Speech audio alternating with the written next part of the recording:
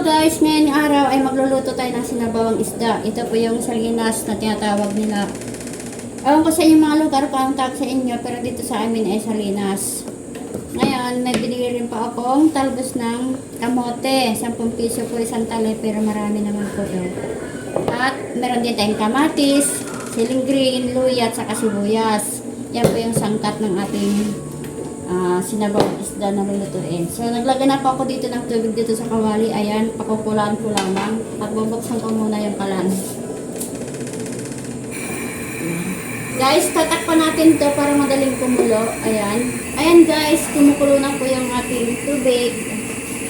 At ilalagay na po natin itong mga sangkap. Ayan, pagsabay-sabay na natin ilagay. Ayan. Ayan. Ayan guys, ilagay na natin itong isda. Ito guys, so. Ayan, lagay na natin lahat to.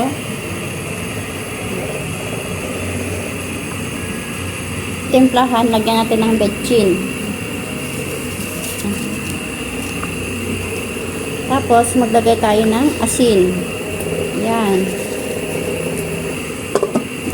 Ayan guys, buksan na natin at ilagay natin itong calamansi juice to.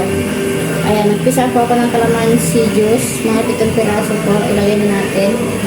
Mas masarap kasi pag itong ilagay natin para matanggal yung lang sa isda. Ilagay itong albos ng kamote.